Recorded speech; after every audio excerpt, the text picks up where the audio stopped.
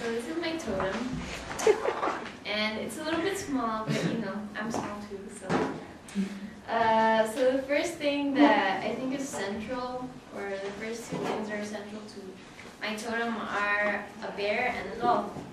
A bear represents wisdom, strength, and I don't know what else, but the thing is, it represents my dad, because he's been a person in my life that has shown me that strength is one of the most important things you can have, because he went through some experiences in his life. He's a recovering addict, an alcoholic.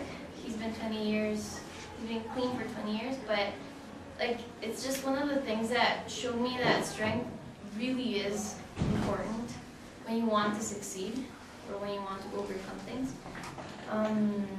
Also because he's just a wise person. I don't know, I think he seems like he's 100 years old, because he just gives you good advice. And the dolphin's my mother, because she loves nature, and one of the things that dolphins symbolize are generosity and transcendentalism, or transcendence. And I think that my mom basically really represents those two, because she's one of the most generous people I've ever met. And that's one of the things she's taught me, not only being generous and giving people like material things, but giving people your respect. She's very generous in that way. She respects everyone. And she's also a very transcendental person, because she didn't come from a family where it wasn't that good of a family, you could say. It was a very not united family, you could say. And but she told me once that she wanted to give me and my siblings the family that she could never have. So I think that's very, she transcended herself, and I admire her for that. Also, you can see that it's pulled together with a braid, the black and white braid. This symbolizes patriotism and how I love my country.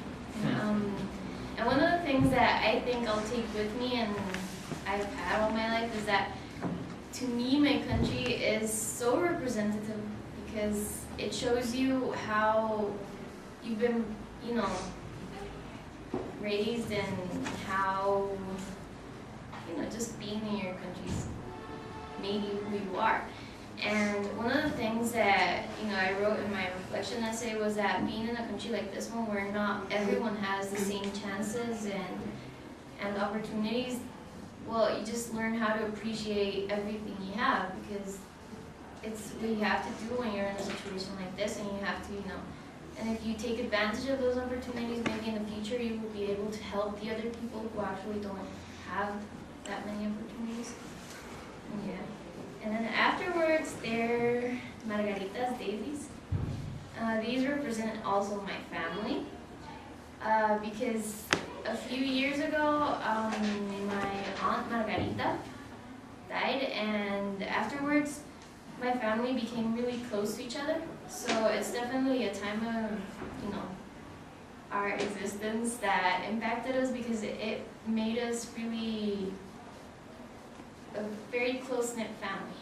And it's one of the things that has taught me that being together is one of the most important things you can do. And also, there's a quetzal, which is also patriotism.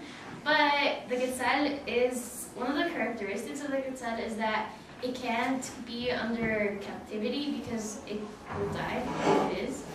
And I think that's one of the things that symbolize me, because if I'm in limiting situations, I don't grow. I can't transcend. I can't be me, I can't progress and everything, so yeah, that's one of the things. And then, there's a bee also, which represents wisdom, and it's an unusual, symbolism of a bee, because usually people would think that a bee represents like hard work and everything, but to me it represents wisdom, because a bee, goes really long distances to get pollen and come back and everything. And to me, the poem is like the experiences. So the experiences are what you get the honey from, the wisdom.